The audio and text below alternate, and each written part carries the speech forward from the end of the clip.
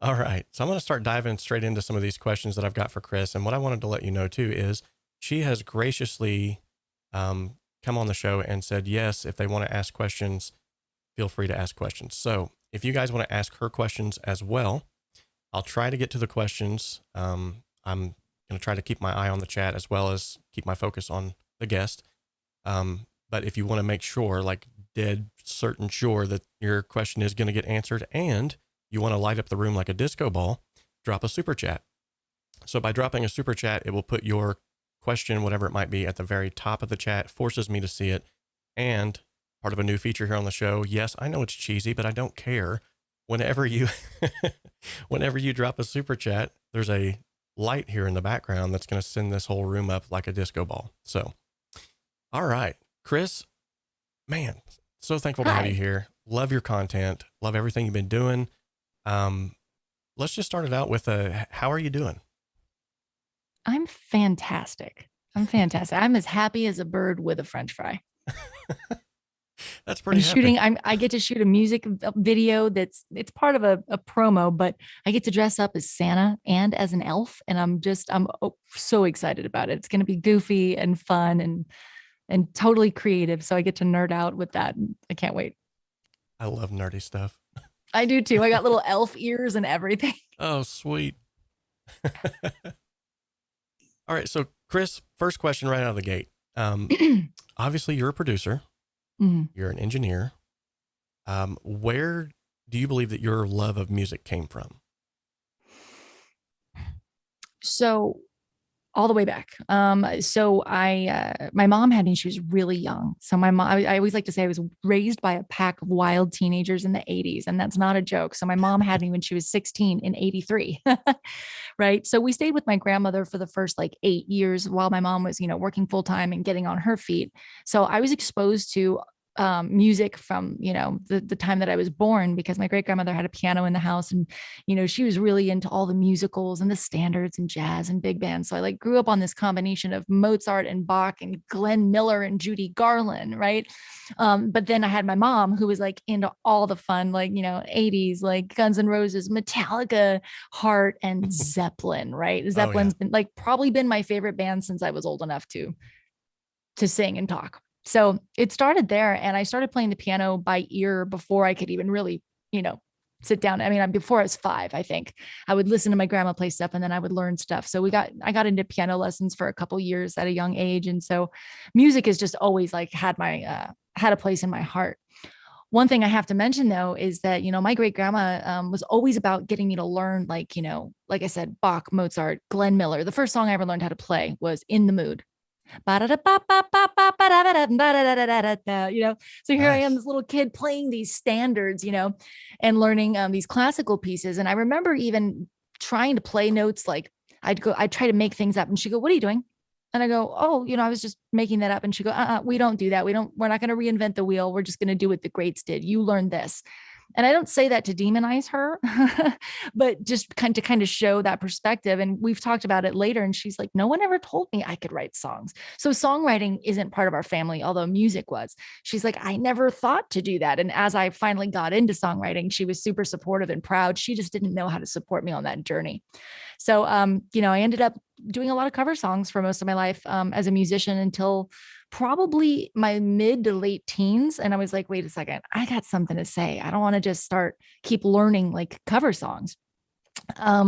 But that being said, I had kind of like a little bit of fear around it and felt like there's no way I could ever do original music. So I was an in the closet songwriter as a teenager, and continued to do cover gigs, honestly, for a long time. My first band was a Heart tribute band. Nice. I was later in a Led Zeppelin tribute band. So I really kind of kept sticking with those influences. I toured the world. I did a world tour with a band that was all girls called Les with a Z, Lez, Les Zeppelin. And we played like the Key Club and Webster Hall, and we went to India. I mean, it was fantastic. We did like over 40 locations across the United States. And finally, when I got back from that, and I did one more cover gig in Asia, in Bangkok in Malaysia. I spent the year there doing like top 40 stuff. And that was when I finally came home and I realized, like, if I don't make a decision now to start creating original music, like I'm never going to. I'm just going to end up being in cover bands for the rest of my life, which for some people is fine. And I know that that's really fulfilling. I'm not even knocking that. I know that it's a blessing for a lot of people that that's what they can do to make money. And, you know, it can be very profitable. But for me, I was starting to feel like a very strong disconnect from like getting joy out of playing live when I was singing other people's music. And then, you know, it starts to get to like people, they want to hear the same songs over and over. And I'm like, if one more person requests Sweet Home Alabama, I'm quitting for the night, you know? So stuff like that, where I was just like, okay, I want to write, but I knew I wasn't a good writer. And I'm kind of going on a tangent here. I hope you don't mind. No, It all comes together, but I knew that I wanted to create. How did I get into creating original music? It's like, I knew I had it in me and that I wanted to, but the roadblock that I was hitting was I wasn't naturally good at it. I was naturally good at music my whole life. Like I grew up, I was able to harmonize before I knew what it was. It was just very musical as a child, right? But songwriting, making stuff up out of nothing, like no way. And when I would, it would sound whiny or it just wasn't good. And it was weird because one day it's just like the books just fall off the shelves when you're ready. And this book fell off the shelf, literally called Writing Better Lyrics by Pat Pattison. And I started to read it. And then I started to read The Artist's Way by Julia Cameron. And I went, wait a second, you mean to tell me this is something I can learn? Like there's a craft here. And I know that sounds so obvious, but you know, I didn't grow up in the information age where everything was like Googleable and YouTubeable. You just kind of float around. And if things don't happen naturally, you think that's not meant for me. Right. So here I am going, wait, I can actually study and work on a craft and get better at songwriting. I don't have to be born with that. Okay. So I started putting in the work. And then after just a couple years, I think especially because I had the experience of learning so many great songs from the cover band years, I really kind of skyrocketed and got pretty good with songwriting, and that I was getting good responses. I was able to pitch my music and kind of place my music and do some cool stuff. But then I hit this roadblock with, okay, demos is the only way to pitch my music to people. I can't just give them a work tape, you know? Mm-hmm. So now I've got to pay every time I want to demo a song. And, you know, I quickly realized that just wasn't sustainable because, you know, demos were costing anywhere from $500 up to thousands, you know? And so while I did pay for a handful of them, one day I was talking to a publisher I was pitching a song to, and she goes, I just love your music so much. She goes, you know, they need full tracks. I can't pitch your songs with a guitar vocal or a piano vocal. She goes, if you could just learn how to produce, you'd be unstoppable because I know your songs are there. You're writing professional quality songs. And I did that kind of blew me away. I was like, wait, you mean to say like, if I add more value to myself and I learn this other skill, that there'd be more opportunities, you know? And she's like, yeah, absolutely. So I kind of learned how to produce out of necessity at first. Obviously I fell in love with it and started diving deeper into it. But at first it was like, I need to save money on demos. I'll cut myself off there because I don't want to keep going. I feel like other stuff can unravel in our questions, but that's kind of the short, long story. No, but and that actually, I mean, it dovetails really nicely into the next question that I had, because it makes me wonder, and it seems like it's a little bit different for everybody, but for most people, it's sort of the same path where, like you've already described, you know, you have this passion that you're wanting to really put forth, and then you find out there's this other roadblock, and then there's another roadblock. And it's like all of this stuff, instead of it being the creative side of things, which is what you really want to do, now you have to learn a new skill. Now you have to learn how to do this, or you have to, and it's like, no, this is the boring stuff that I didn't want to know about. And then, but at some point in time, like everybody, for the most part, has this proclivity to, instead of like just sticking with, I'm only going to be a songwriter, especially individuals like you seem like a very creative person. So we have sort of this tendency to be like, I want to start tinkering. Mm-hmm. Like, so where was that sort of that crossover point for you? Like when was it when you was like, okay, rather than just write songs and create songs, I want to like start mixing these, producing these. I want to learn how to do all of that stuff. Like when did that happen for you? Sure. So, really close to that time where I was like, you know, pitching these demos, and this at this point is about 10 years ago, right? This is at the beginning of my kind of production journey. And, you know, I definitely, it was this kind of, combination of being extremely creative and excited to, because I heard multiple parts in my head. Like I could hear what I wanted drums to do and keys and all these other parts. But by the same token, I was very overwhelmed. Didn't grow up with, like I said, smartphone or even a computer in the house. Like, so, you know, just learning how to navigate technology made me want to pull my hair out, you know? So it was a combination of those two happening at the same time. So I get really excited to get in there. And then, you know, I get stuck somewhere where something as simple as like not being able to configure things to get my microphone to work, or like, you know, I'm pushing this button, but it's not doing the thing that it did yesterday, or I accidentally pushed this button, which triggered the screen to do this. And now I don't know how to get out of it. And then also not knowing like what to Google, you know, because I just didn't have the vocabulary that I would have maybe gotten, you know, going to a school or something. So, you know, there's a little bit of trial and error, but I think my desire to get the music I was hearing out of my head was stronger. And so I just kind of powered through it. You know, that funny story is I was so overwhelmed. I can't believe I'm saying this, but it's fine. No shame.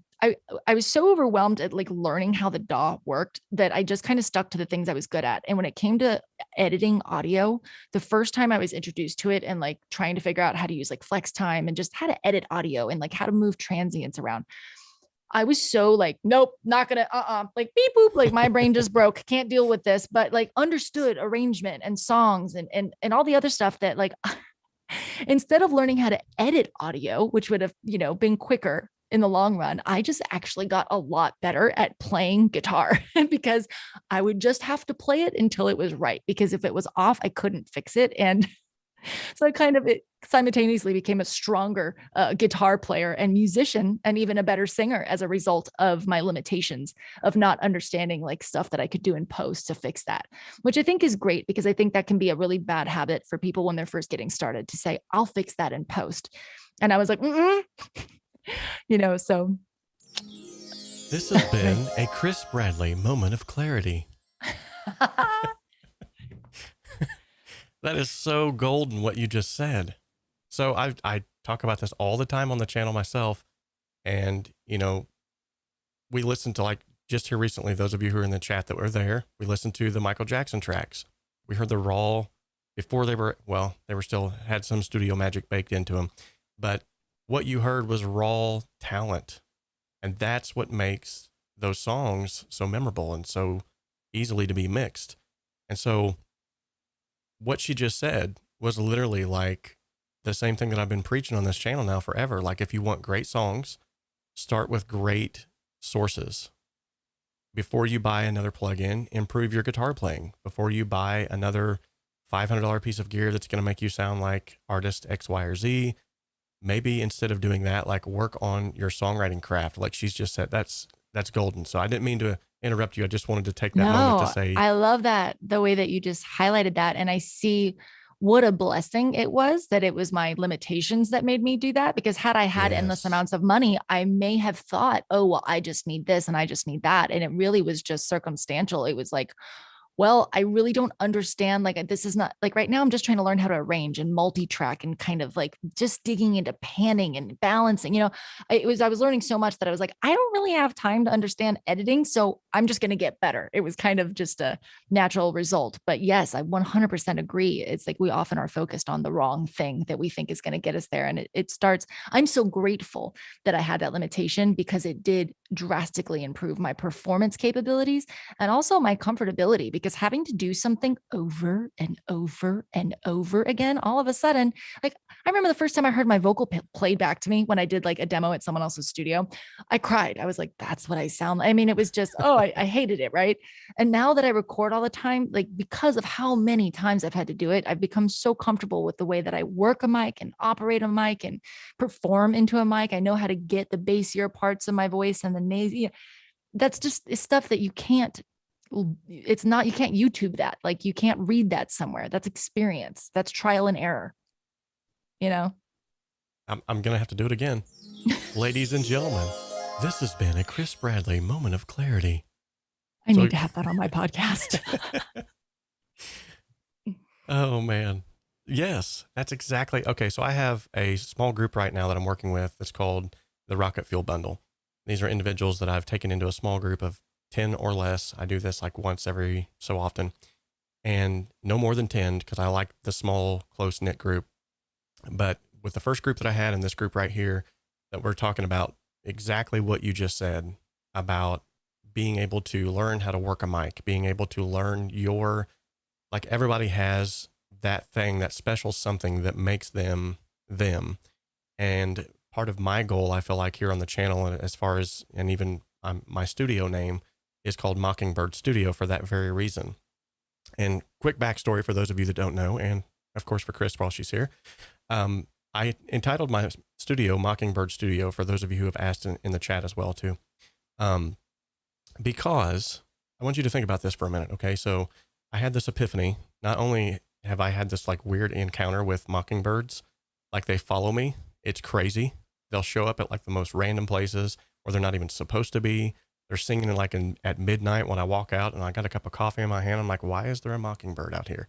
But wow, it's very cool. The thing about that is though, I had this epiphany when I was thinking about what it is that my passion is to help others. And think about this for a moment. Okay, so the mockingbird learns thousands and thousands of songs, but has anyone ever heard the mockingbird's song? Like, could you ever listen to a mockingbird singing and go, oh, that's a mockingbird, because you hear that song? You actually have to wait until it goes into a long string of other birds' songs before you go, that's a mockingbird. So my goal in life is to help other artists, other individuals who are musicians and creatives, to learn what is that song that only you can sing. That's the voice that's going to resonate deeper with anyone else. The great thing is, though, what gained that mockingbird the notoriety was the fact that it did know all of those songs. And so don't be afraid to be in cover bands. Don't be afraid to cover other people's music, or even to pull from that sort of reservoir of other individuals, because a lot of people will say, well, in order for me to be me, unique and creative, I have to write my own stuff. It has to sound like my own stuff. And how many songs have been scrapped on the cutting floor, so to speak, because it sounded too close to someone else's song? When in all actuality, you could have just injected your own uniqueness and no one would have even thought the wiser. It's all in your head. So my job as individuals is to help you guys find your own voice, and bringing people on like Kris today is a great example of that, because I don't always have the right song to sing that's going to make you wake up one day and go, wow, I do have what it takes. But I can bring someone on here. Kris's story might be the very story that makes, or it could be the dog that's howling in the background.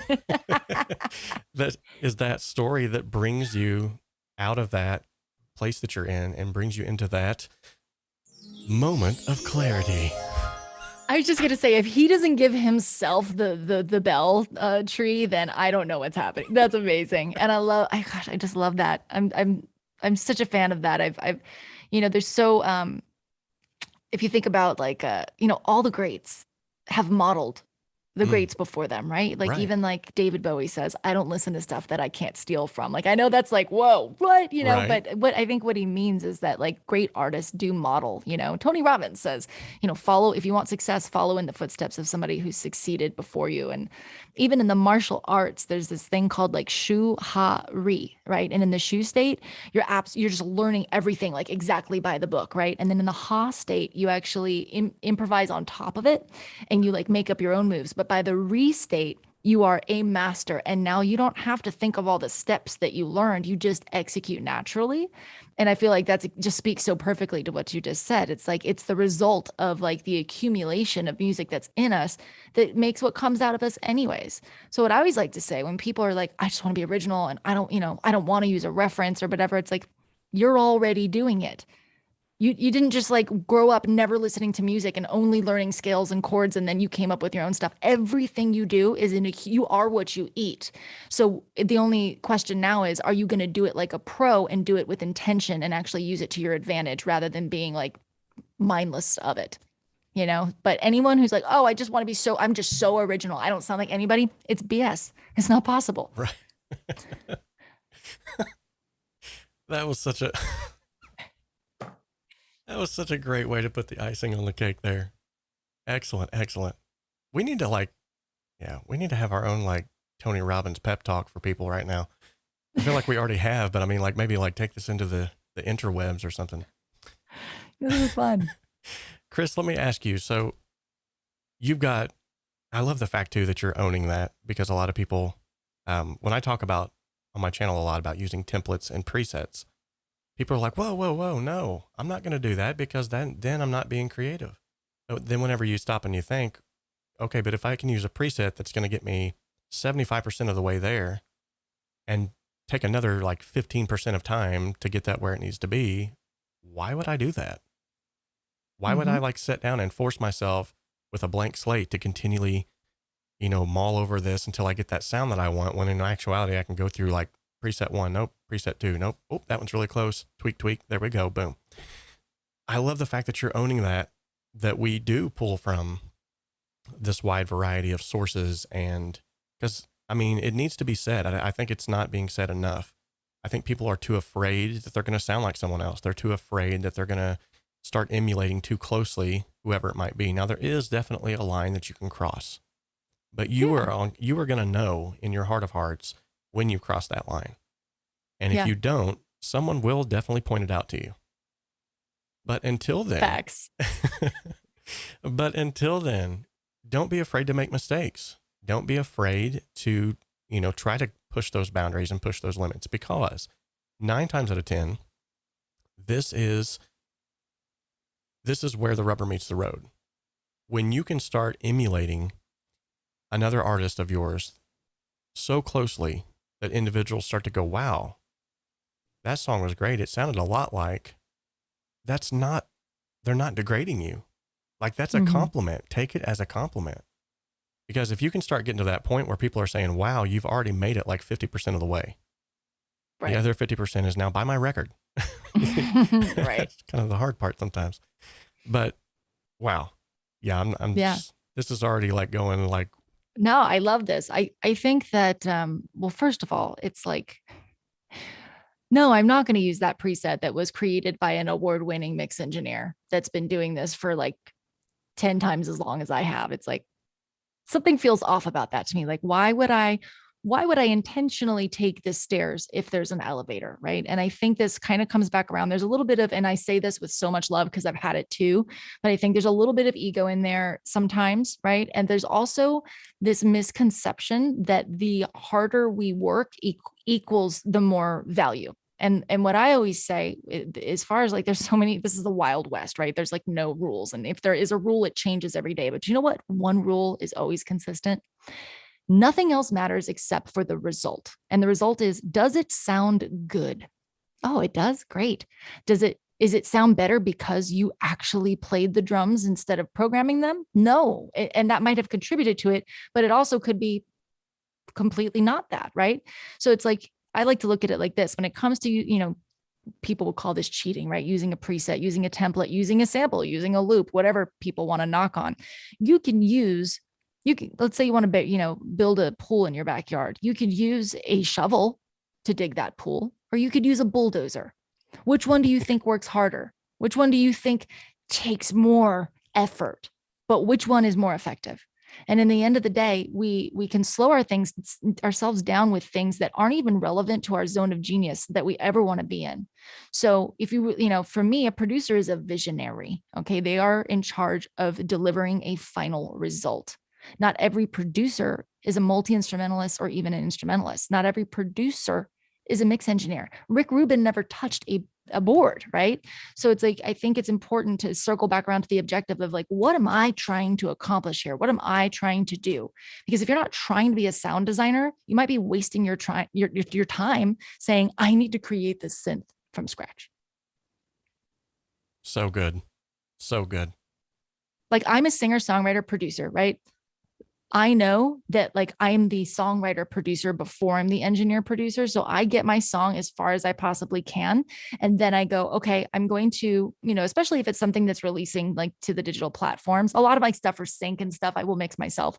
It just depends once again on the objective, but I'll outsource that. And then I will give, it might be stuff that's outside of my, like, I don't even know how this, like I have a reference track. I don't even know how this was done, but hey, here's a reference track for how I'd like this to sound sonically. Give it to the guy who lives, breathes, eats, and sleeps mixing, and who's happy to collect the money for his time. And then now I'm like, okay, let me go work on the next thing that's only my zone of genius. Which dovetails very nicely into a question that I wanted to ask, actually. So you did that on purpose. So whenever you sit down to produce a song, what does Kris Bradley's normal production process look like on a typical project? Okay. So for me, it always depends on what the objective is. Like, what am I trying to accomplish this day? Is it custom work? Most of the work I do is custom work. It's been a long time since I've unfortunately, it's been a long time since I've sat down and just said, I'm going to make something for fun. So I always start with like, what's the objective? And I actually have like this is so nerdy, but I have an administrative process. I have a project management board, and I guide myself through the process by first nailing what my objective is. So let's just use an example. Like, this is for film and TV. Okay. I start with my metadata rather than trying to figure it out after the fact. I usually know it's like, oh, I'm working for this library. They want this kind of project. What are my reference tracks? Right. And what are the key words that I can start with to help guide my process so that I am always on track? I don't like feeling lost. I think that boundaries actually create more freedom to create, and that, it gives us less of that blank page syndrome when we just open the DAW and it's like, gosh, where do I start? Like, if I invited you over to my house and I was like, just paint a mural on the wall, bye, and left you there, that would be a lot different than if you came over and I said, hey, I've got all these assorted paints and colors and brushes and sponges and, all this stuff for you. And I kind of want something that looks like this. And here's an outline. Do you think you could do that? Like, that's what I feel like I'm doing by setting up my session ahead of time. So I do a lot of pre-production, to make that answer short. And then once that's all done and I've kind of assembled my sonic palette and I know what I'm working with and where I'm going, I begin with the arrangement and a work tape if there's a work tape already. So I'll even pull that work tape into the DAW, and I'll also pull a couple reference tracks into my DAW, preferably 3, so that I never stick too closely to one. And actually that's how I avoid sounding too close to a reference, is I pull from different references. I usually hammer out an arrangement first. And then I'm not the type of person that will sit there and spend 20 minutes on a snare in the beginning, because what happens is I get floods of hyperfocus and inspiration, and I get into flow. So things will hit me so hard that like, I just basically need to be ready to execute. So I do try to have templates and like drums put together ahead of time, like that I've put drum kits ahead of time so I can execute as quick as possible. But oftentimes I'm going to put sounds in there that I'm going to replace later, because I'm really just trying to get the idea out of my head before I lose it. And if I can't find it, I will sing it. So if it's like I will do that into my mic and capture that, so that I'm not going, oh, how do I find that super saturated kick that sounds like the one I'm hearing in my head now? Like, let's get it all out. Right. And that's another thing too, is like, I'm very like, this is my project management and my left brain coming in a bit, but like, I try to distinguish the difference between what is creative, like what is left brain and what is right brain, so that nothing gets in the way, because they don't like to work together. Right. I feel like they like the muse wants to come in and do whatever she wants. But before she does, I feel like the boss needs to come in and go, okay, here's the parameters in which you can go crazy. So I try to separate those things. So like understanding the difference between the writing portion, the production, and the mixing even. Like, I'm not going to spend, like I said, like I will shape the tone of things that I'm doing if it contributes to the sound, but only to the degree which I need to do that. I'm not going to do high level mixing things, because I save that for the end. That being said, I'm also very mindful when I'm putting the sounds in the production, to make sure that I'm really focusing on great sound selection, because a good mix really starts there. And I feel like I feel like a lot of us are mixing as we go. And if you're selecting the right sounds and balancing as you go, you have so much less work to do. And I say this as an in the box producer. I'm not tracking a lot of live instruments, so please keep that in mind. But I do use high quality samples and virtual instruments that are oftentimes even EQ'd and compressed ahead of time.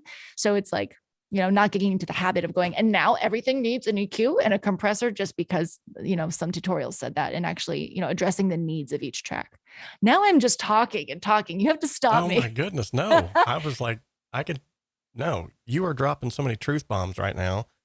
You're saying stuff that literally I have been saying or have already said or am getting ready to say in future videos. Did we just become best friends? What just happened?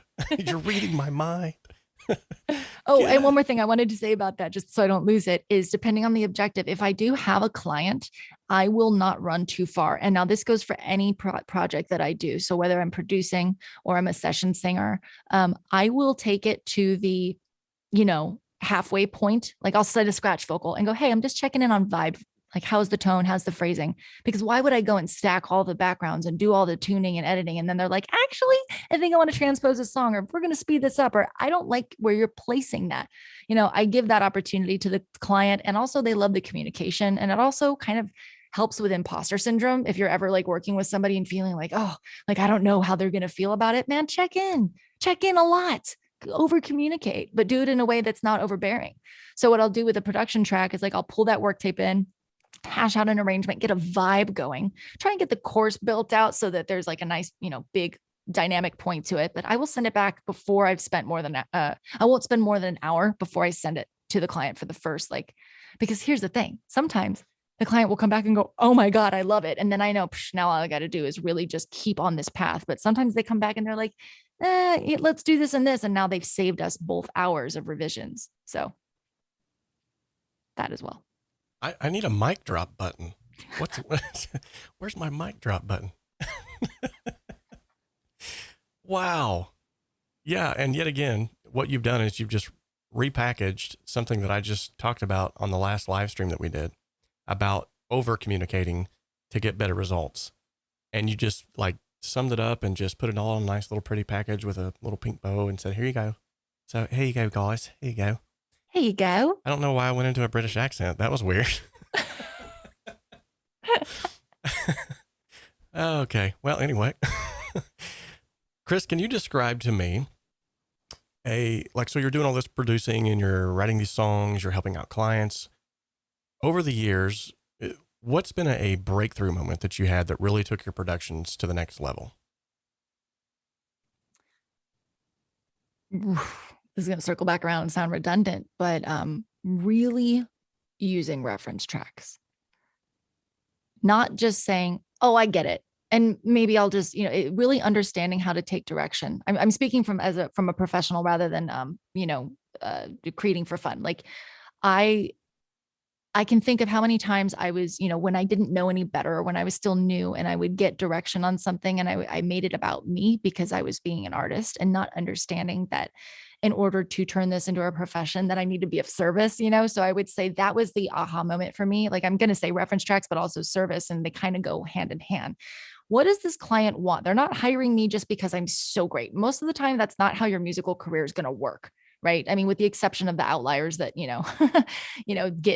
get to be like the mainstream artists, which are like the 1%, right? But for the most part, someone's hiring you, it's like, you have to be of service and give them something that they're looking for, right? So I can think of like in the past where I'd like gotten a reference track and I'm like, yeah, and didn't really like study and listen to what the directions and needs were of the client. And then I missed the mark and I didn't get it, or I didn't nail the brief, or, or they never reached out to me again if they had already hired me. And I was like, wait, how can I, make people so ridiculously happy? And it's by truly listening to what they need. And I just keep saying reference tracks because that is how we communicate. Oftentimes your client doesn't know what a BPM is, or what a compressor setting is, or an EQ, or even what reverb is. I've had clients go, oh, I want it to sound like, like angels in like a hall. I'm like, oh, like a hall reverb, so it's your job to guide them, but to also listen to them. And so I would say that was the aha, is understanding, once again, communication, that it comes back to communication and service, and that a reference track can be the best way to do that. Ladies and gentlemen, this has been a Kris Bradley moment of clarity. I want you to walk around with me everywhere I go and just narrate my life. And be like, ooh, that wasn't a smooth move when I do something silly or stupid. Smooth move, Kris. You if I just say something stubbed your funny, toe again. Little boom. I wonder if I got one of those. Oh, yes. Yeah. Okay, I need one of those. So what do you feel like whenever you're producing either your music or someone else's music? What do you feel like is the most important element that sort of the bow on the package of a good production? The most important bow on the package of a good production, feel and vibe. How does it make somebody feel? Because you can have a track that has less than 10 tracks in it that just moves you to your very freaking core. And you can have a track with hundreds of tracks that like, that's a wall of sound, and it doesn't, right? So, and I think, and it's funny, I was just talking to somebody about this. It's a feeling that you get that like, it's almost within the first 5 seconds. A lot of people say when like there's listening sessions or listening parties, no, you got to wait till you get to the bridge, or no, it's the second verse is really where it pops. It's like, no, there is a 𝗧𝗍𝗃, okay, in a song that you feel within the first 5 seconds. And I think that it's a vibe. And that's probably, it's a combination, I think, of the relationship with the producer and the artist as well, where, you're guiding the artist. Of course, you're the professional. They don't know what these things are called, but they know up here. And if you're a good producer, I think your job is to really almost like channel whatever the artist is and what they're feeling. And then that perfect synergy of that, whether you're producing yourself or you're producing somebody else, is like, I think, what lends it to a track. Nice. Good way to put that. And yet again, on several different instances, even here recently, we were asked on the channel, I believe it was on a live mixing session where I was doing a live mix, and someone had asked, I think it was, I don't want to mention names, I might be wrong. But anyway, he said, how do I write better music? And my response to any time to that is write music that drives you emotionally, that makes you feel something. Because whenever you put your feeling into the music, it always resonates with someone else. It may not be the crowd of people you think it's going to resonate with. It may not even be the person you're directing it to. I mean, been there, done that. How many times we wrote a song and we was like, man, this song is for you. And they listen to it and they're like, that's all right.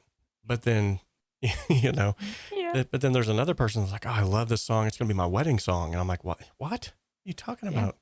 So with that being said, emotion. I love the fact that you brought that up, because I will always tell people that in my personal opinion as well, the most important element of a good production of a good song is how does it drive you emotionally? Because there are songs that were not recorded the proper way.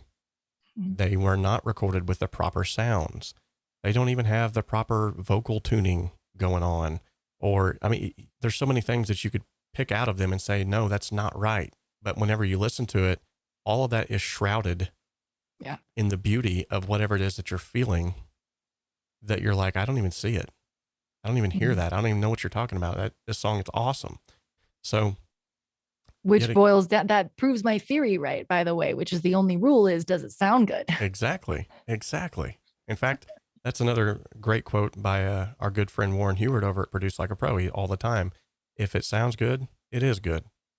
Love it. Instead of getting stuck on, which we've already touched on that a little bit too, but it's the same instance. Like I had to do this for myself, and it's ironic that you have this sort of the same system, but I have a 15-step mixing system. Sometimes it gets condensed down to 8, 7, 6, 3, but I always have this system that I can go by, because if I don't, I see shiny objects and squirrels go across and I'm like, oh, look, I'm going to go chase a new plugin. I'm going to go and I can be stuck for 30 minutes trying to get a snare sound at the very beginning of a mix. And I've done it before. And so I developed a 15-step mixing process, which, by the way, it's on homestudiosimplified.com for free. There you go. And if you go and you download that, you can actually use that, apply it to your own mixes, and then sort of mold that into whatever it looks like for you, because everyone's process is different. But by having a process in place, it stops you from getting caught in those rabbit holes. And so, like, for instance, I mean, like, very first thing is fly the tracks in, color code them, name them, organize them. I have to have organization. My OCD will not allow me to just, when I see some of these videos online of Mix with the Masters and stuff, and I'm like, oh my goodness, how are they even finding this stuff? Yeah. It just, like, something in me is just anxiety or something starts rising up, and I'm like, what's going on here? But after that, I always do these certain steps before I ever touch the mixing phase of things. I'm always doing these certain steps so that it helps you to separate from your brain, like, this is the creative part, this is the other part of it that we don't like, this is this part, and so that by that way you can be more laser sharp focused into whatever it is that you're trying to do, instead of spending hours on a snare sound, like she's just wonderfully said. So Kris, who or what at this particular time or even leading up to this time has been your biggest inspiration? You know who my favorite producer is? Let's hear it. And I have a lot of inspiration outside of even music, you know, including Tony Robbins and stuff. But Jon Bellion, I just love Jon Bellion like so much. He's so fun to watch, and he's also an artist, and he sings and he writes and, you know, and he produces, and it's I would say that probably my biggest hero in the music world. So you feel like you're sort of cut from the same cloth, so to speak. There's definitely a relatability there, you know. Yeah. I think I feel way too humble to say that we're cut from the same cloth, because I kind of feel like, you know, I kind of fangirl out on him a little bit. But yeah, I definitely feel like the way that I see like how he processes and hears things, and then he's able to execute, but also able to delegate in the studio. But it's also like his energy is just, it's really infectious, and like you can tell that he's very it's the word I'm looking for, just diligent about his craft. He's just really like, he really cares. Like there's a lot of attention to detail that goes into what he does as an artist and as a producer. He's extremely underrated in my opinion. A lot of people don't even know who he is. I think, you know, one of his biggest songs was All Time Low. But a lot of his stuff is, you know, I wouldn't say it's underground, but it's not mainstream, you know. I think sometimes those are the people that resonate deeper with me than others. For sure. And I'll just kind of throw this out there. This is not to throw any stones or to anything like that. I know there's some individuals here in the chat that absolutely love Kris 𝗏𝗏, but I have to say, his attitude, I just can't get past his attitude sometimes. And I've watched the videos, and I love the fact that, yes, he knows what he's talking about, and that is his personality. I get it. But like, for instance, I watched him in an interview with, I won't say when the interview took place, that way you guys can't go and look it up. But he was interviewing someone who's well known to this community, or he was in an interview with someone who's well known to this community, and asked just a simple question, and his response was just such, it was just like laced with anger and hostility. I don't jive well with that. And yes, he does great work, don't get me wrong, but just because he's an A-lister and he's on the top of his game and everything like that, I mean, like you can honestly tell, and maybe I'm completely wrong about this. You know, maybe I'll have him on the show one day and he'll prove me wrong. Who knows? But I feel like he's just kind of got this arrogance about him that I do not find, I don't know. But anyway, maybe I should shut up before they start kicking in the doors and the helicopters start. And I know there's a lot of people that follow his work and love his work. And don't get me wrong, his work speaks for itself. But I think, and maybe yet again, this is just me, but I think 90% of producing is also, are you a good people person? Because you're working with people who are literally like bearing their sleeve. And, you know, I mean, they're suffering through the same imposter syndrome that you are. They're suffering with the same feelings of rejection, feelings of worthlessness, feelings of some of this. And just to be honest, I mean, if we want to go ahead and peel back the onion all the way down to its core, musicians are sometimes the most depressed individuals on the planet, because we hold ourselves to such a higher standard than what others do, because we think we should be doing better, or we think we should be here at this point in time in life and we're not there. And we think, oh no, what's going on? You know, I should have already, you know, but at the end of the day, if I can lay my head on my pillow in the peace that knowing that I've wronged no man, I've done my best to be a good individual, a good, kind-hearted individual, showing compassion to whom I can show compassion to, and I've done my best in my craft to create the best that I can at this particular time. If my music is affecting even one person on the face of this planet, and even if that one person is only me, it's for a reason. And if nothing else, I think the thing that we need to sort of get out on the table right now is that there is no like one musician, or let's just say there's no one artist or musician. We can even broaden this to artist that is the best at what they do, because it is all subjective. At the end of the day, you're going to find a group of people that resonate more with her or you're going to find a group of people that resonate more with him, or you're going to find another group of people that resonate with both of them, and they could care less if one is better than the other at all. So at the end of the day, I think it's just best if we just give ourselves a break every once in a while and realize that sometimes just doing the best that you can do right now is simply all that is needed. It's all that's required. Like, nobody is expecting you to hit the top of the charts with the first song that you release, but there's like 100 other people behind you going, wow, you actually released it. Yeah. Good job. Great work. Keep it up. Absolutely. So now see, I'm going on a rant. I can't, you need to stop me. I'm following you. I love it. Now I didn't release, and like you, I kind of gave you the long story. You know, I've been playing music since I was a baby, right? And I didn't release my first record until I was like 31.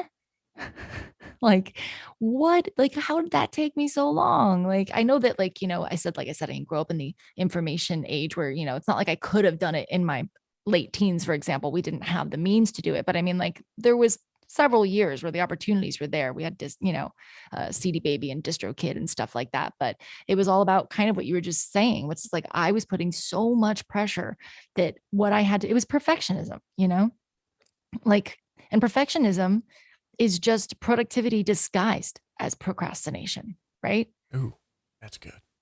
That's one of my faves. Perfectionism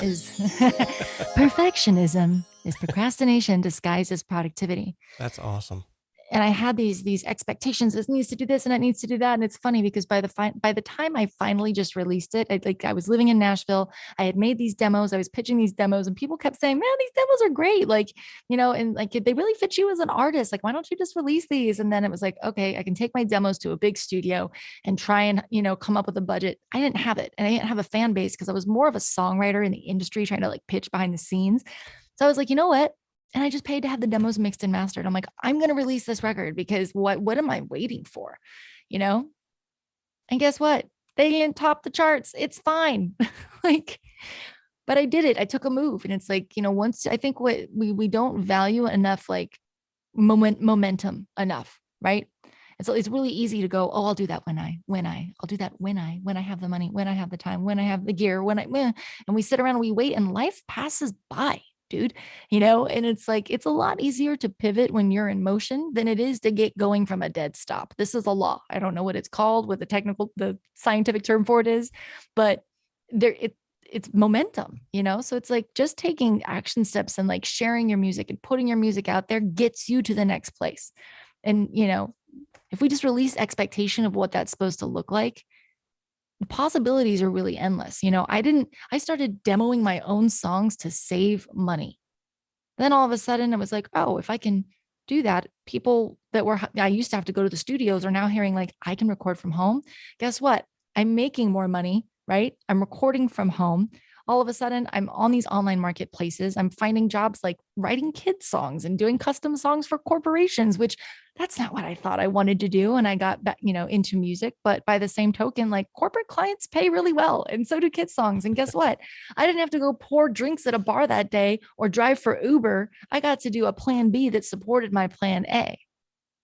Where now it's like, I want to make records, sure, and I want to release music, but guess what? Guess what my day job is? I'm also making music. That's pretty cool.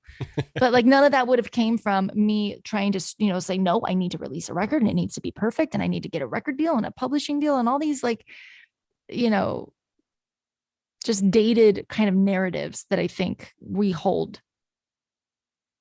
Yeah, absolutely. And I want to kind of, not to take anything away from what you just said, but sort of add to that as well. So a lot of times we also base our worth or how, not productive, how successful we are based off of how fast something takes place. Mm-hmm. Like we always equate the speed that we got to from point A to point B to like how successful someone is. And like you've already brought it up too, like there is a 1% out there that they release a song, like suddenly everybody has it in their inbox the next day.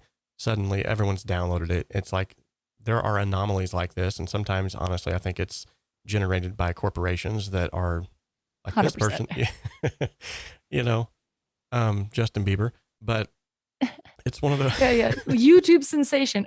Okay. right. I mean, even with like Billie Eilish, who I love their music, love that they're bedroom studio producers. Like there's a deeper story to that too. Exactly. Exactly. Did no one watch Mickey Mouse's Clubhouse? I mean, yeah. They've been acting and singing for years before they were on YouTube. But anyway, I digress. But with that being said, even if it is glacier speed movement, it's movement nonetheless. And so you should be happy, and I shouldn't say you should be happy, but you should actually find joy and meaning in the fact that at least you're moving forward. And even if it is glacier speed movement, it's movement nonetheless. You don't have to go from point A to point B at light speed. And if you do that, let me sort of pull back the curtain for you here too, because I've seen this happen in the industry. I've seen it happen with friends. In fact, I have a friend right now who owns a studio in Chesterton who this sort of happened to him. And they started out in a death metal band. They started out as one thing. The industry got a hold of them. They said, hey, we're going to produce you, but we want you to sort of rebrand yourself. So they became what is known now as Year of Desolation. So within a few short months, they were like taken off. Now what happens is, I sort of liken it to like an eagle. So an eagle knows that if they fly too high, too fast, that it ultimately will plummet them to their death. And so an eagle knows exactly what limit that they need to take, how fast they need to set that altitude, and how high they are allowed to go before their body can just physically not take it anymore. People don't kind of have that sometimes. We're just like, oh no, keep it coming, keep it coming. Where there's money signs in my eyes. And they climb so fast that they get up there where the air is so stagnant and thin, and now their wings are frozen because they didn't take into account all of the things that they were going to have to encounter when they got that high up on that, echelon, and they crash and they burn. And luckily I can say that for my friend's sake, who owns the studio in Chesterton, that was not his case, that he actually was able to level back out before he hit rock bottom. But I also have friends who literally hit rock bottom and it cost them their very life. So I'm saying this from the bottom of my heart. If you are an artist who is kicking yourself that you're not on the #1 charts yet, or you've released a song and 3 people have heard it and those are your 3 coworkers, just yet again, take heart in the fact that you're doing something at least, because you're unlike hundreds of other people out there that are just sitting on awesome songs and not doing anything with them. At least you're doing something. Okay. So love that. That reminds me of something. And I just want to speak to that, to just kind of get a little deeper into that. Go for it. And I like to think of it like this. It's like a lot of people, when they want to go high and fast, I think about like how a house is built and if it has multiple levels, right? If you try to skip the foundation and you don't build out and visit the levels, like you can't just like throw a roof up on stilts, because even if you get to the top of it, it is going to crumble. So instead of wishing for a quantum leap, right? Instead of wishing for things to be easier, why not build the foundation?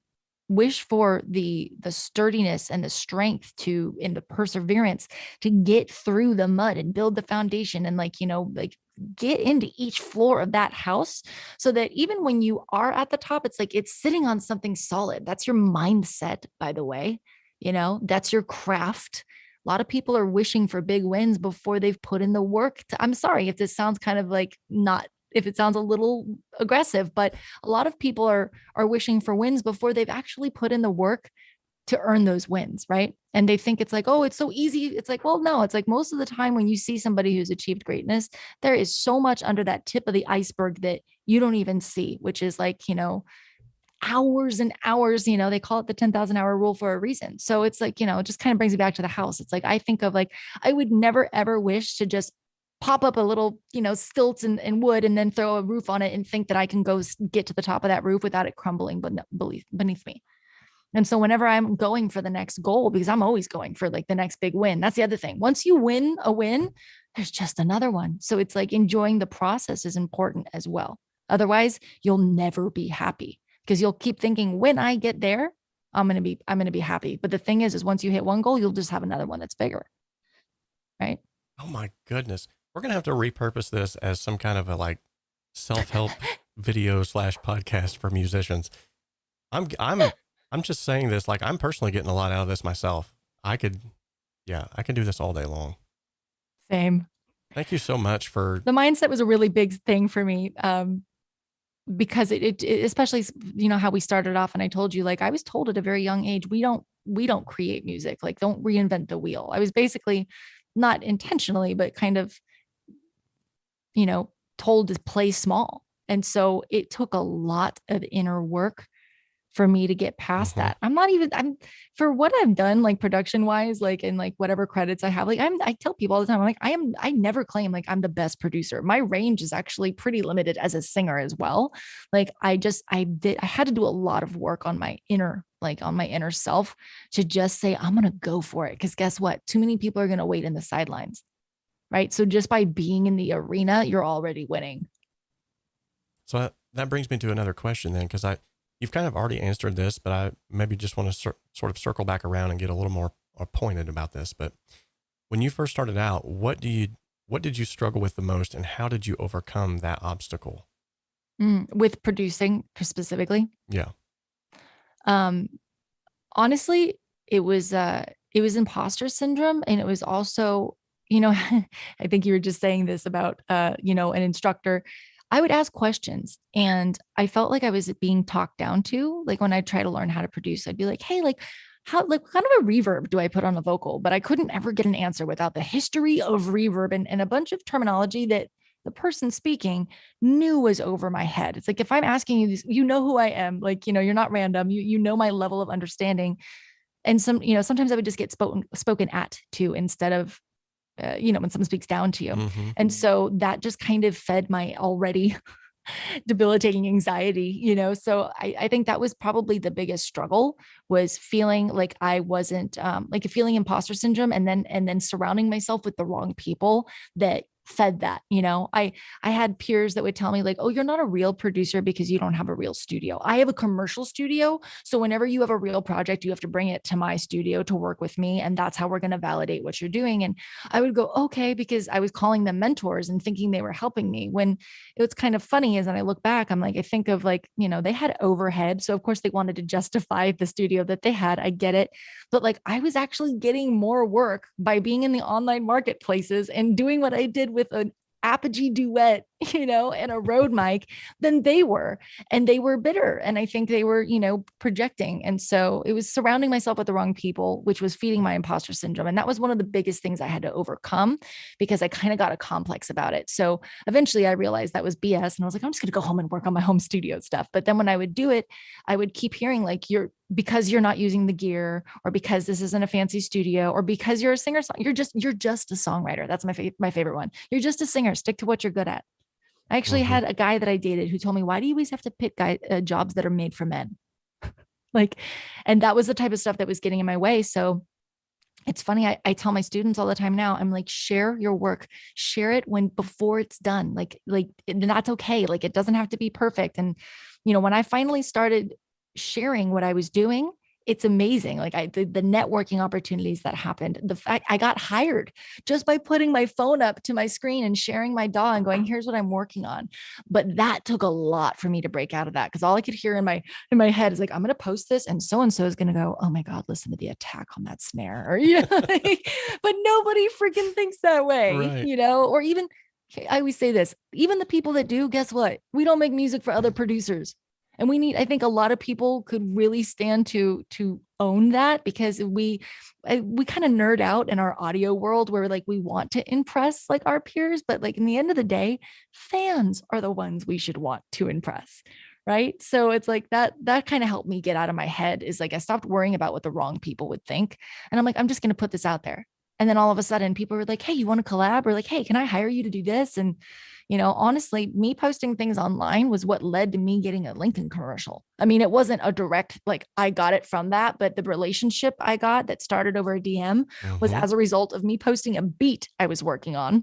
And then that relationship blossomed into what later became a Lincoln placement. And it was a car commercial. Works? Yeah, I mean, it's one of my proudest placements just because of the nature of it. It's like Lincoln did, they partnered with a company called SoundShirt where you can feel vibrations of music. So it's made for the hearing impaired. And they did this beautiful commercial that we got to produce the music for. And like you see the child's reaction. He's a real deaf child and his face, like I'm getting chills thinking of it. And like that, like I can't believe I got to make music that a deaf child would experience for the first time. And you see the shirt light up and he's like, whoa, it's like, the commercial, everyone cries every time. I cry when I watch it. And I'm like, can you imagine if I didn't get out of my own way and I stayed stuck in that playing small and that imposter syndrome of what if somebody judges me? I'm sure people were judging me. Like who cares? We got to get a link to that video now. I want to see that. It's Lincoln Feel the Music. I think it was 2020 or 2019. Lincoln Feel the Music was the name of the campaign. Awesome. I will be finding this after this is over, guys, and it will be in the description. You better bet your biscuits on it. Bet your bottom dollar. I think I finally found someone just as weird as I am, folks. Thank you. Where are you located? Seymour, Indiana. Oh, cool. Yeah, it's nowhere. We have like 2 stoplights. No, I'm just kidding. We got we got about 3. No, but no, it's a lovely, quaint little town. I love small towns, but I also like the benefits of big cities. So it's kind of like, what do you do? So every once in a while, we drive like 30 minutes up the road to a bigger city, and we will partake in their festivities. But yeah. And you are in Los Angeles, correct? I'm in Oceanside, which is North County, San Diego. Oh, okay. Okay. It's the I'm LA in the middle. That's what. Yeah, I'm from LA. I'm in the thick of it. I live in downtown. So, and I'm silly. Like that was the worst idea ever. Like there's a train station, there's a bar, there, it's by the beach. So there's large crowds of people. And then there's a handful of, homeless, drugs, kind of like that kind of crowd that is right below my window. And then I'm above a donut shop as well. So it smells like donuts all the time. So there goes the willpower that it takes to just not eat donuts all the time, So I love my place. I selected it specifically because I knew I wanted to put my studio in the living room just to get more space to shoot content and stuff. But as it turns out, I don't think this will work out long-term for simply the noise issues alone. So I'm all that to say, I'm looking forward to getting to going to a place that's a little less chaotic. And then if I want to go and be in the thick of it, I can always drive there, but then I don't have to live with it. I'm kind of in the same boat myself, because as much as I love this house, it's on a good street. There's a lot of older people that live on this street, which is kind of where I was wanting. Which, by the way, folks, if you have not taken the time here lately to stop by like a nursing home or to stop by someplace where a lot of older individuals hang out, you owe yourself the wonderful, wonderful time of going and just talking to some of these people. They have so many stories that will honestly inspire you. You'll walk away feeling like $1 million every single time. I think that generation, that older generation, they just have, there's just something about them. So if you guys get a chance, stop by a local nursing home or something and just stop in and for one, you're going to make their entire year. Their faces will light up. You'll get to talk to them and some of the stories you're going to hear. Oh my goodness. But anyway, so the street is predominantly inhabited by older people. But then literally like 500 feet from where I'm sitting right now is a massive train track. And it sort of, hindsight is better, than foresight. But then we also decided we would get a dog. As much as I love Bosco to death, there's times like even right now with this podcast we've been doing, he was going nuts earlier about something, I know not what. Luckily my son was in there kind of helping to calm him down. But, the thing about that though is, and I think you would probably definitely say this is true too, that we could either, myself or yourself as well, could either sit here and go, okay, because we're not in a professional studio that's out in the middle of nowhere, that's completely super duper quiet, and there's no inhibitions, I can't make music. I can't do it because there's a train track over here. You know, I can't make music. There's a train track over here. What are we thinking? No, that's never stopped me. Nope. It goes by and you're like, you're in the middle of a take, and then you wait for it to pass, and then you go, I can get it again. Right. Or you go, wait a minute. Maybe I'll just throw that in the song. Oh man. True story. I lived, when we lived in Crothersville, which is about 15 minutes from where I'm at now. It was a very, very small town. Literally did have one stoplight. So quiet there until the trains went by. And we lived right next to Tommy's, which was a happening. I think I might be more tempted by Tommy's than I am by donuts. Like I don't typically eat food like that. I try to eat really clean, but Tommy's, man, when I was a kid, like you get the chili in a cup with the French fry and you dip it in. Oh no. This is a different kind of Tommy's. Oh, no, this one. I just realized that's probably a California thing. Yeah. I've never even heard of that restaurant. What's Tommy's? So Tommy's was literally like population 300 straight up stinking karaoke bar. Oh, that was just like, and every Friday night, which was usually at the time whenever I had time to record the most. I mean, you just hit the record button and you hear, I got friends in low. And it was by someone who, God love them. They were trying, you know? Yeah. But they do karaoke at the wine bar and the bar, like 2 nights in a row. And I'm just like, oh, are you kidding me? You just tried to throw an accent in there. Which one was that? I heard it. I don't even know. I don't even know. What are you, my sugar? You kidding me over here? Are you kidding me? You gonna drink some coffee? Huh? Want a whole pot of coffee? All right. Anyway. Okay. So Kris, if someone was just like, let's say someone called you up today, emailed you, DM'd you, they got a hold of you in some way, shape, or form. They were brand new to music production. What piece of advice? Now you've already given like a ton of knowledge bombs here, truth bombs, wisdom. What piece of advice though, what one piece of advice would you give them to start out in music production? I would say, and this is the best advice I ever got, so I always like to pass it along. I would say start with what you're already good at. Most likely, if you're in my world and you're really vibing with me, you already are doing something else and you're ready to transition that into music. So whether you're a singer or a guitarist or whatever, right?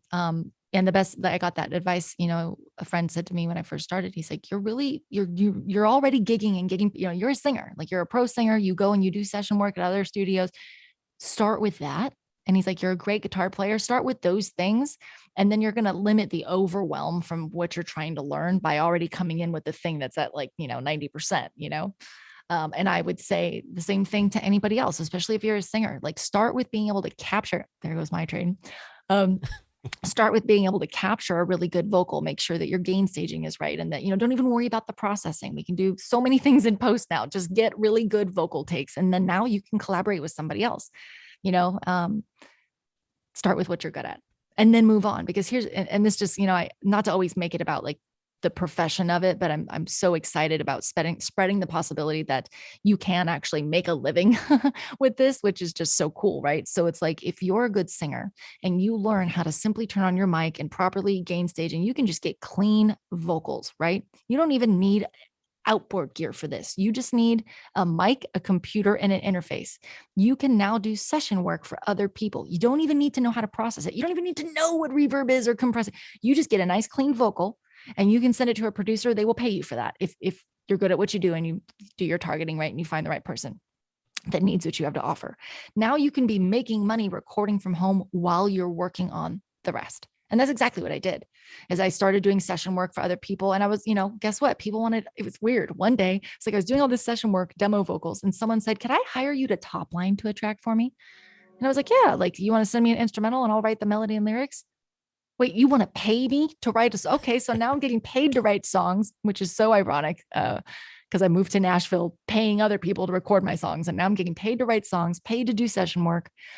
And I'm building my chops as a producer so that I can eventually get paid to do that, right? So a lot of people come into my world and I'm talking about like how to turn this into a profession. And they have this hopelessness of like, it's going to be years before I'm going to be a pro producer. And I'm like, yeah, but you don't need to be a pro producer to make money with the act of recording. Boom. Right. Another mic drop moment there. And that's one of the things too that I have to sort of riff off of that. And, you know, there's things that I've been talking about a lot here lately. And one of the things that I have been saying over and over and over is release more work. The more that you release a large body of work, the better you're going to get at something. It's just like with anything else. The more you do it, the better you get at it. But also it's going to give you the confidence, like she's already said. It's going to also give you the networking capabilities, like she's already said. It's almost like she's been down this road before and she's trying to help you out, guys. So it's good though to hear someone else sort of echoing what I've been saying too, because I think a lot of times whenever I'm doing this, I sort of feel like sometimes like I'm saying this, but do they feel like I'm just saying it because I'm saying it? So it's great to see that someone else has went along those same paths and said, you know, you're given pretty much the same spot on advice of release it, just get it out there. And yes, are you going to hear some bad stuff about it? Probably, because the world's full of mean people. But you can either focus on the negativity of what someone has said, or you can do kind of like what we do on here all the time and just kill them with kindness. I mean, I was just telling Kris before we got on here about a comment that I got and how I've officially made it as a YouTuber because I'm getting hate comments. And my sort of, and I even got, there was a gentleman that sort of wasn't getting on to me, but he was like, Robert, you're too nice. Quit being too nice. And I'm like, no, that's just who I am. That's me. But this gentleman had asked, you know, he made this statement of, oh, here's another no-name producer reacting to a track. And here's the thing. And I'm going to do a video coming up soon where I'm actually going through all of these rude comments and I'm just going to answer them in one video. And, but here's the thing. When I answered him back and I said, hey, I really appreciate you stopping by to watch the video. Thank you so much for your opinion. It does matter. However, all of this is subjective and my work does speak for itself. So I sort of defended myself, let him know that I'm not taking it, but at the same time, let him know, you know, but then in the end, I said, I would love to see your large body of work. Please post a link so I can share it with the community. Well, obviously he didn't have a large body of work. I clicked on his channel name. He has like 2 subscribers. Not that that's a big deal, but it's like literally he's not even putting any work into what he's doing. And now he's trying to like tell someone else that, who are you to be doing this? Well, who are you to be commenting on my video? Yeah. I mean, but the point is he commented back almost immediately with an LOL, dude, you just gained a subscriber.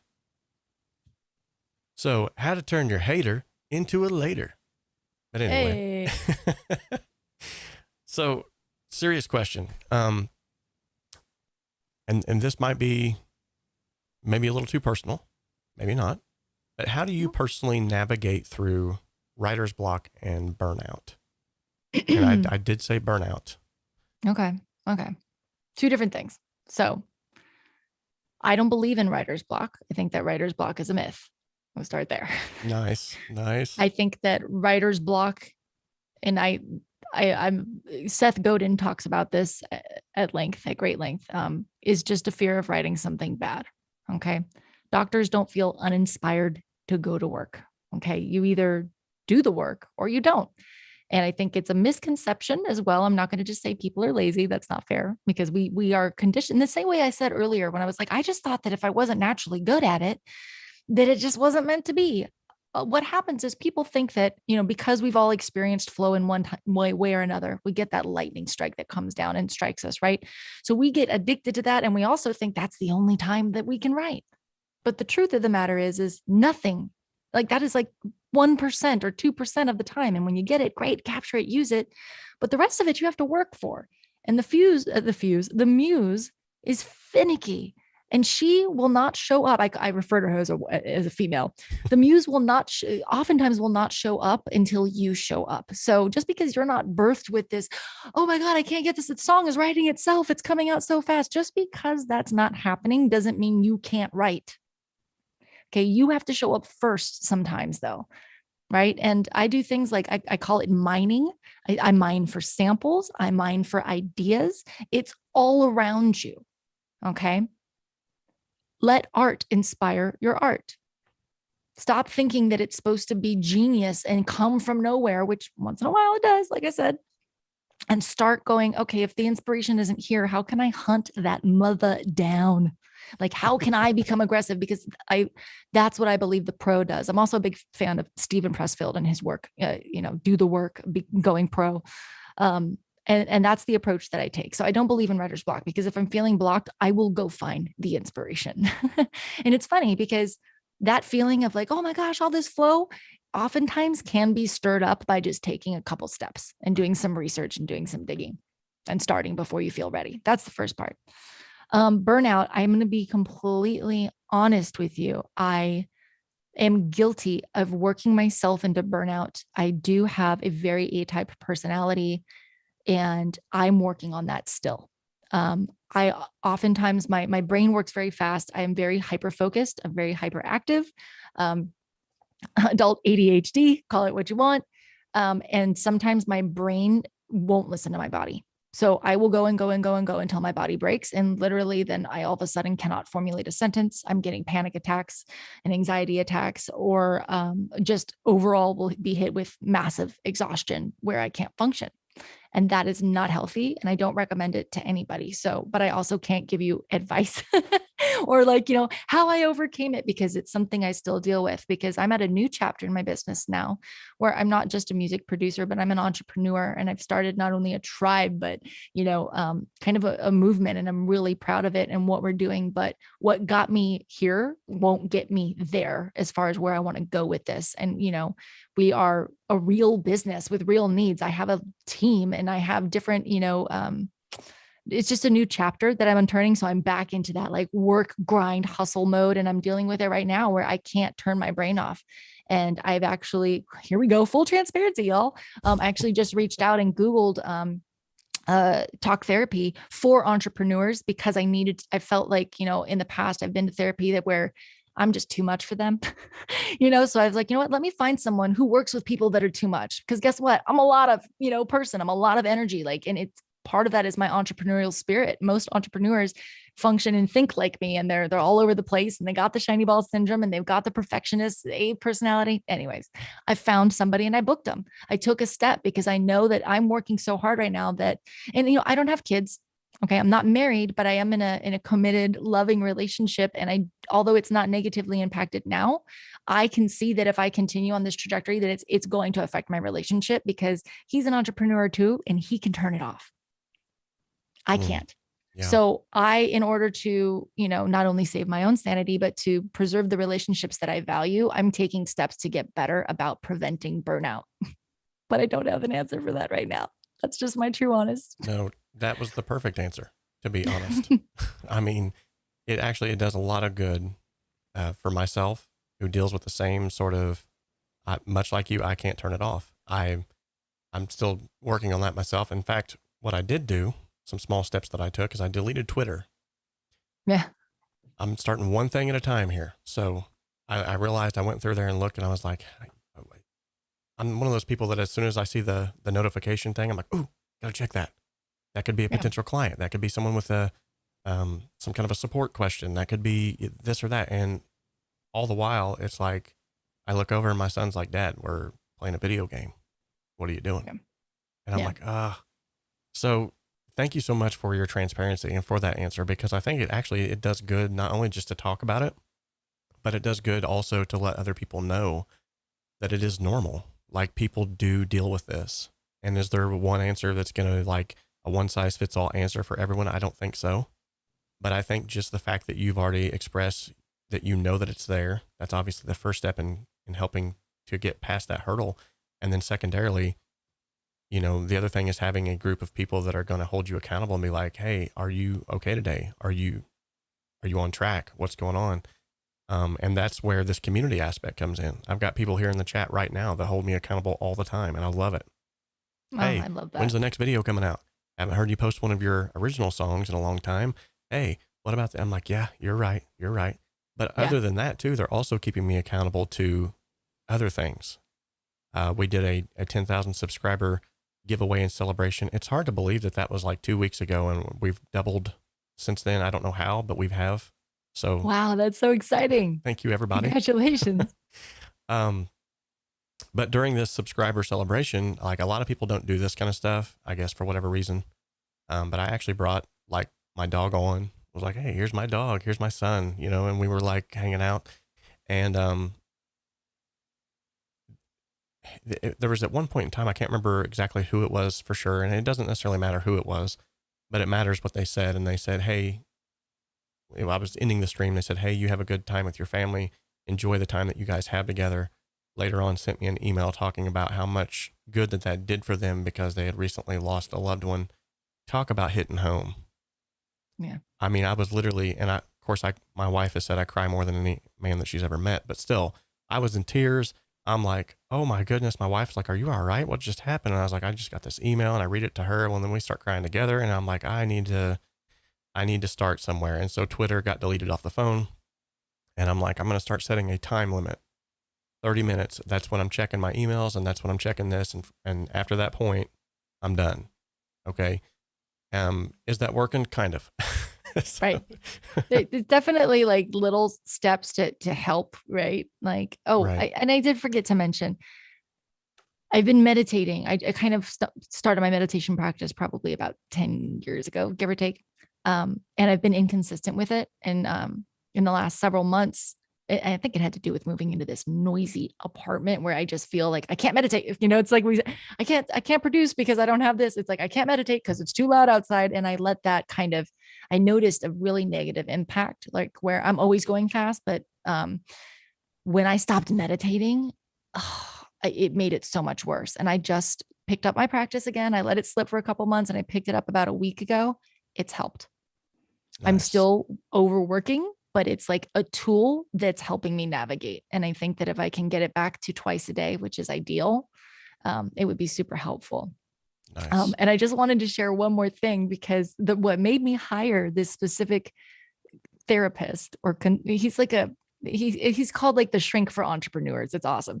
He has an amazing blog. And one of the things that he wrote, and I resonated with it so deeply, was, you need to stop like trying to, always grow and always optimize. And that's me. I'm always watching a new video on how I can improve this or build this or learn how to do this. I'm kind of addicted to, right. Not just information. I implement too, but that's just me going, I got to do. We're human beings, not human doings, first of all. Right.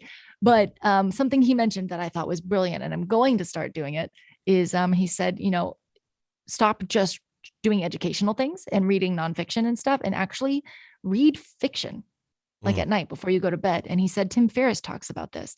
And he said, an A-type personality will feel like this is wasting time. I could be learning, I could be growing. And I'm like, yeah, that's me. Like when my boyfriend wants to sit down and watch a movie, I get resentful because inside I'm like, oh, I'm not really into this. Like, and I could be learning something right now. That's an overachiever. Like that's kind of toxic. And he talks about how if you can allow yourself to get into stuff like even Harry Potter, stuff where it doesn't even allow you to reflect your own life into it and use that part of your brain that goes, how can I use this? How can I grow? Get rid of that optimization strategy and just get lost in art, essentially. Yes. In other art. And I imagine the same would, it's hard because as producers, we listen to music. We don't really listen to music. We hear music different. We're like, oh, right. How did you do that thing? But I don't know anything about cinematography. So like a movie would do that, a book would do that, and something that's not in my field. And so I just read that blog like a night ago. So I can't say, oh, and it's worked so great, but it makes sense. He said, when you do that and you just let go of all the to-do list, you'd be amazed at the space that you open up to. And when you come back to work, you're actually more creative, even though you weren't working on your chops. I was like, that's I'm good. Like, you're hired. You're hired. Let's get on a call. I know one thing that personally has helped me as far as, because I have sleep issues where I lay down and my mind's just going 100 miles an hour. You got these emails to send, you got this person to follow up with, they bought a course and then it didn't come out right. All this stuff just starts. And then there's the stuff too, with relationships, people that I run into every day or people that are within my sphere of influence. Why did they say that? Why did they say it that way? Why did I reply that way? I'm an idiot. Why did I say that? All this is going over my head, and I'm like, 2:00 in the morning, still not asleep. And I'm like, okay, I've got to try something. I tried this. Now this has started almost a year ago now, and it works. So I can definitely say this works, but I literally subscribed to the Old Time Radio podcast. and there's like 100 of them. So you can find all kinds of these old Sherlock Holmes episodes, the Oh, Green Hornet. I actually got to listen to the original airing of the War of the Worlds, which is very interesting to me because it has to do with radio and audio, and at the same time, it's fiction. It's a book to tape or whatever it might be. But I actually the white Apple earbuds with the strings that hang out of them still. I have an old pair of those, and if you wear them in your ears and you go to bed, they cause no pain, and they allow enough airflow through your ears. I found this out the hard way because I was using like the kind that will plug your ear up, the noise canceling stuff. And I was getting like earaches and getting my equilibrium was like off balance. I was like, I'd stand up and almost fall over. I'm like, what's going on? I'm like, oh, I'm sleeping with earbuds in like an idiot. But when I started using like the white Apple earpods, I can go to sleep with like one in, or even like just play the phone underneath my pillow while I'm sleeping. So I can hear this story. And what happens like every time is like 5 minutes into the story, I'm just engrossed in what's happening. I've got my eyes closed. I'm in a totally different era now. I'm like back in the 1500s or whatever it might be, 1800s. And with Sherlock Holmes, I love a lot of the old, they even like incorporate some of the stylistic choices and stuff. So all that just like floats my boat. But anyway, within 5 minutes, I've drifted off into sleep, having some of the craziest dreams I've ever had in my life, but they're awesome nonetheless. And then the fact that, I'm falling asleep with something in my ear, you would think, well, that would keep me awake. It actually doesn't. So it might be something you could try for those of you who are having trouble sleeping. And then also, of course, prayer has helped me tremendously to just refocus and take the focus off of who I am and how, it really starts to refocus everything when you start to realize like how small and insignificant we really are, but how awesome we are built and created. And so for me, that was one of those things that prayer has always been a tremendous thing in helping me to overcome burnout. And also too, don't be afraid, for those of you who are musicians or producers, don't be afraid to outsource. Like if you can't play a bass guitar, I'm guilty of this. If you can't play a bass guitar, why would you spend 3 hours trying to get a good bass track whenever you can send it off to somebody and they can just lay it down in like 10 minutes, have it back to you, and it sounds amazing. It's well in a mix. Don't be afraid to do that. It doesn't, like, you don't have to be like, well, now it's not my song because it's not all me doing all the instruments. So anyway, I'm just throwing. Don't dig the pool with the shovel. Right. Exactly.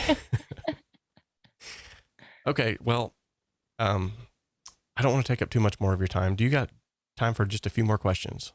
Sure. Okay. 𝗬𝗟 𝗧𝗵𝗲 Music, who was in the chat, he asked, how do you deal with people who don't value your hard work, skills, and knowledge? For example, there are many people who want you to mix and master them for free.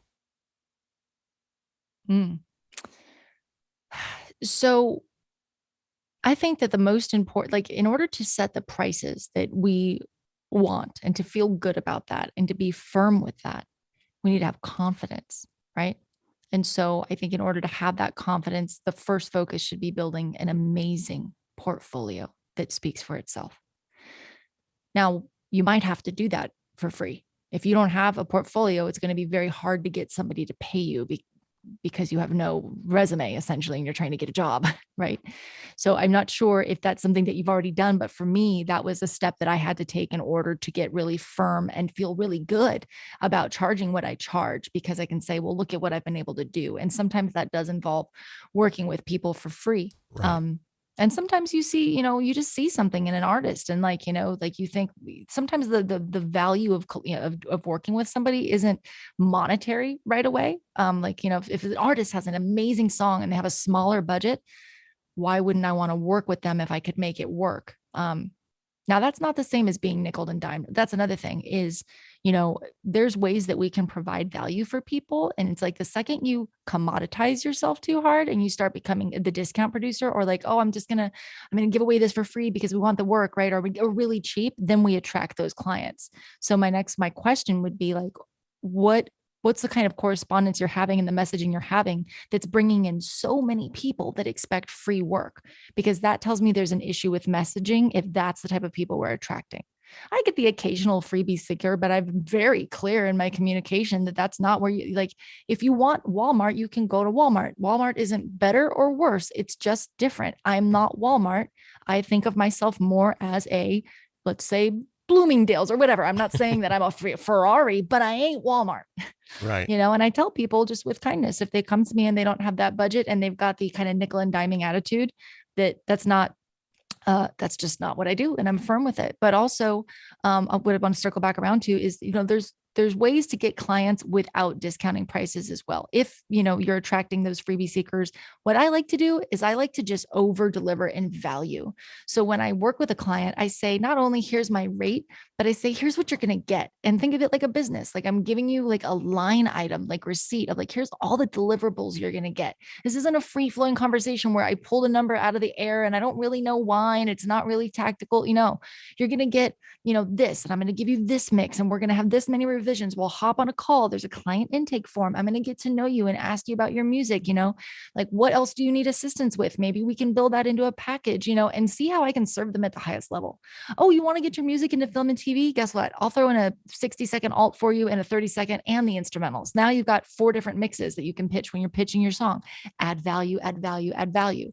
When you add so much value, it's really hard. You're not going to see many people asking for as many discounts. Over deliver in value. Awesome. Very awesome. So Brian Barton asks, Kris, I have a song that I think may be a good candidate for a sync. It's kind of an 80s sounding song, and I think it would have a good place somewhere. How can I get that to be in the right hands? So it's an 80s sounding song. So to be honest, when you're starting with something that you've already created, there's 2 different ways you can approach music. I think professionally and for sync. You can create for a market, or you can create and then go find the market, right? So when you have things that you're already sitting on, now you need to go and find that need, right? I don't know where that brief is sitting, to be honest with you. What I would do is I would start researching libraries, and shows and see who's using 80s music, for example, and this shows how much I watch TV, but like, what was the one with the little kids of the 80s one? Stranger Things, right? Yep. Like that was trending for a while. I'm sure there's other shows like that, a lot of 80s, I would be researching who the supervisors are, who the libraries are. And then I also would put together a body of work. So I'm not reaching out going, I've got this one 80s track, because that typically is not how this works. Like they're looking for a body of work. So I would create at least 2 other songs. So you've got 3, maybe 5 songs. So you could call it an album, put a little branding together on it, go on Canva, create a really cool 80s, but retro, kind of cover. And the last thing I would do is I would determine if this is like a period piece or if it's retro, because there is a difference. Are they looking for something that actually sounds like it was made in the 80s, or are they looking for modern pop, which actually has a lot of 80s influence in it? And there's going to be a very big difference in your sound selection. So I'd get that dialed down too, so you know how to narrow your pitch and get the right client. Awesome. Very good answer. We had Jesse Josephson of Sync My Music on here not too long ago, and he had a really great talk on music sync, licensing, and stuff like that. So that would be definitely something I'd like to have you on maybe in the future for you just to unpack for me. That would be awesome. There's so many people. Mark George, who's in the chat right now, I think he's a great candidate for music sync. He's sounding like Hans Zimmer all the time over here. So yeah. I got 2 more questions. I'm sorry, I lied. 3 more questions. These are curveball questions. Okay. Uh-oh. And I purposely throw these curveball questions at every guest, so it's not just you. But this is a 2-part question. Uh-oh. Kris, what is your favorite color? My favorite color? Yellow. All right, Kris, what does the color yellow smell like? Oh my gosh, that is such a curveball. Lemons. Boom. She got an answer that fast, folks. That's what I'm talking about. I love creative people. Okay. If you want to go back and check out, for those of you in the chat, if you want to go back and check out those same curveball questions with some other industry leaders, the answers are hilarious. And not to mention, creative people always come up with an awesome answer. There's only been 1 or 2 times where I've been interviewing some very analytical people, and I had one individual who said that black is my favorite color, and it doesn't have a smell. It's a color. I thought black was a combination of all the colors. Right. Well, yeah. He actually went into a whole expose on that just blew my mind. Wow. Which is a small explosion, but still. Okay, Kris. So if anybody wants to find out about you, where you hang out, more about you, take some of your courses, I've already posted a link in the chat for those of you who are here to her YouTube channel. Go and subscribe. You're not going to be let down. She has amazing work on there, not just from herself, but she's also got some awesome interviews with some industry leaders on there as well. I think Steven Slate was just on there. Yeah. We got a lot of Slate fans in here. 𝗬𝗓𝗂𝗏 music. I'm a big Slate fan as well. Oh man. I've also had 𝗍𝗵𝗲 from Slate on the channel as well. We're actually in cahoots right now on future collaborations as well. Slate Digital and Produce Like a Boss. So sweet. Yeah. Nice. Good deal. Fun stuff. So I have a podcast called the Produce Like a Boss podcast, which you'll see some of those episodes are on my YouTube channel. But we have so many episodes that before we started repurposing on YouTube as well. And then it's at Produce Like a Boss on all these socials and producelikeaboss.com. And then once you get to producelikeaboss.com, if you go, to the work with me tab, you'll see that I've got a bunch of freebies and free resources. And then it also talks about the programs that we offer as well. Awesome. So definitely go and check her out, guys. You're not going to want to miss anything. You're going to want to pick up what she's putting down. Okay. Hey, sponge up what I'm spilling. Thank you so much. Did you just snort? I did. You are officially my brother from another mother. Oh, my sister from another mister. Thanks for having me today. That was a lot of fun. No, thank you so much too. And I appreciate your time. I know that time is a very precious commodity these days. So is there any kind of parting words that you would like to give to our audience today before we end this officially? Sure. I think for me, the biggest transformation for me was understanding 2 things. It's 2 parts. One is, what is the objective at all times? I always stop everything I'm doing and go, what is my goal with this? Whether it is a song I'm working on or a project, am I reaching out to somebody? You can apply this in all areas of your life. I always stop and go, what's my objective? Intentionality gives you laser sharp focus. And when you know where you're going, that's the fast track. You were asking about shortcuts earlier. You will get to where you want to go a lot quicker. It's like looking up GPS on your phone when you say, what am I trying to do here? So that's one thing I want to say. And then the other thing is, I would love for anyone and everyone to always come up with your own definition of what making it means. Because if we're parroting old narratives that have been fed to us from an old industry that, by the way, the old music industry is dead.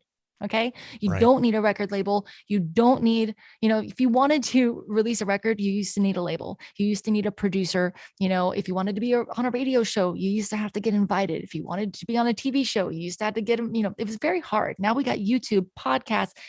The options are endless, right? So don't let I haven't got a deal, or I haven't released this, or I haven't done this, or I don't have this many followers describe making it for you. A lot of people, the students that I help say, well, I want to do what you're doing. They think I've made it. Yet my great grandma, when I talk to her, she's like, when are you going to be on Dancing with the Stars? Until I'm on American Idol, I have not made it to her. And that's okay.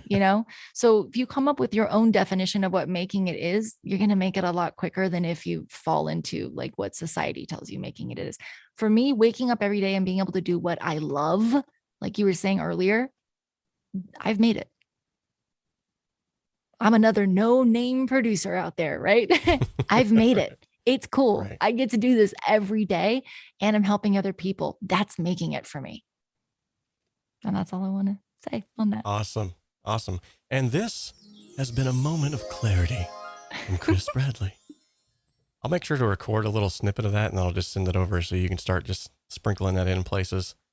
And then when people are like, what's that? Who's going on? You'd be like, it's some idiot over there. I don't know what he's doing. It'll be my own trigger for the podcast. It just comes in and your smooth voice with the bells. I love it. Awesome. Once again, thank you so much, Kris, for being on the show today. Thank you all for being in the chat, for being awesome. Had a lot of great questions here. I'm sorry that we can't get to all of them. We did our dead level best to try to, but you know what? You can reach out to her personally on her website, through email, whatever you need to do. And I'm sure that she would take the time to answer any questions you might have. So thank you all so much for being here. Kris, once again, great to get to know you. Great to have you on here. And I'm looking forward to maybe some more things that we can do here in the near future. So same here. There's a lot of synergy here. I have a feeling there's more in the future for us to do. Awesome. Awesome. All right. Love you all. We'll be seeing you. See ya. Bye-bye.